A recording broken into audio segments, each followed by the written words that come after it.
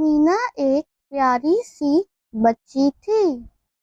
وہ بہت اچھی عادت کی تھی۔ وہ ہر کسی کی مدد کرتی تھی۔ ہر کوئی اسے بہت پسند کرتا تھا۔ مگر مینا کے اندر ایک خرابی تھی۔ وہ اپنے جوتے ہر جگہ بھول کر آ جاتی تھی۔ ایک بار وہ اپنے نانی کے گھر گئی۔ اس کے ساتھ اس کی کزن ٹینا بھی آئی تھی۔ وہ ایک دوسرے کے ساتھ بہت کھیل رہی تھیں۔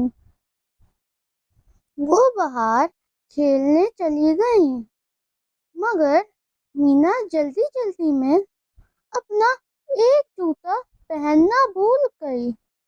جی ہاں، ہماری مینا کھیل میں اتنی مگن ہو جاتی ہیں کہ صرف ایک جوتا بھی پہننا بھول سکتی ہیں۔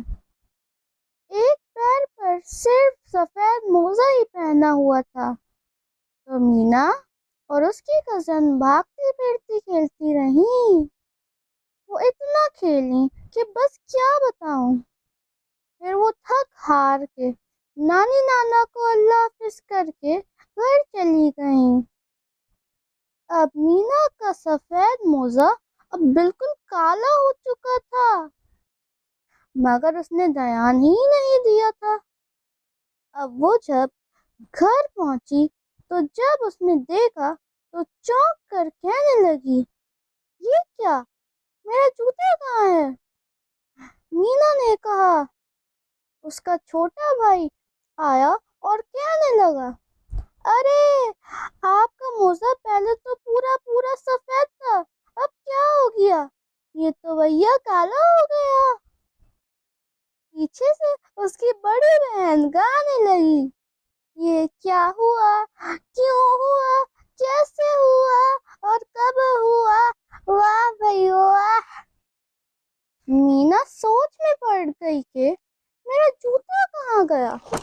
اس کی بہن اور چھوٹے بھائی کو ہنسی آ گئی۔ ارے اب نئی بات ہے، ویسے تو تم دونوں جوتے بھول کر آ جاتی تھیں، اب صرف ایک، کیا بات ہے؟ اس کی بہن نے کہا۔ اب مینا کو یاد آیا کہ اس نے کھیل میں ایک جوتا نہیں پہنا تھا۔ اب وہ دوڑ لگا کر بھاگی جیسے ورلڈ ریکارڈ بنانے والی ہو۔ تیزی سے بھاگتے اس کا پیر پھسل گیا۔ اسے تو چوٹ نہیں لگی، مگر اس کا دوسرا جوتا اڑ کر روڈ پر گرا اور ایک گاڑی اسے کچلتے ہوئے چلی گئی اور اس کا جوتا اللہ کو پیارا ہو گیا بیچارہ۔ اب مینا ہو گئی خاموش۔ وہ اٹھی، اپنے کپڑے جھاڑے اور ایک زوردار چیخ ماری۔ پھر وہ گھر چلی گئی۔ اب اس نے اپنا پرانا جوتا بھی نانی کے ہاتھ سے نہیں لیا۔ وہ اپنے دوسرے موزے کو بھی کالا کرتی ہوئی گھر واپس آ گئی۔ جب وہ گھر آئی تو اس نے دیکھا کہ اس کے پاپا آئے ہوئے تھے اور اس کے پاپا اپنے ساتھ ایک ڈبہ لائے تھے۔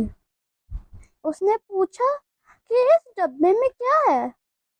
اس کے پاپا کہنے لگے، کھول کے دیکھو۔ مینا نے کھول کے دیکھا اور بہت خوش ہوئی۔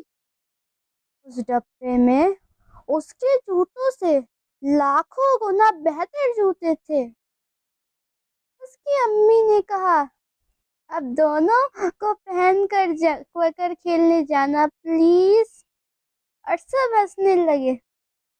مینا بھی ہنسنے لگی اور اس نے فیصلہ کر لیا کہ اب بھولوں گی تو دونوں بھولوں گی، ورنہ دونوں پہن کر کھیلوں گی۔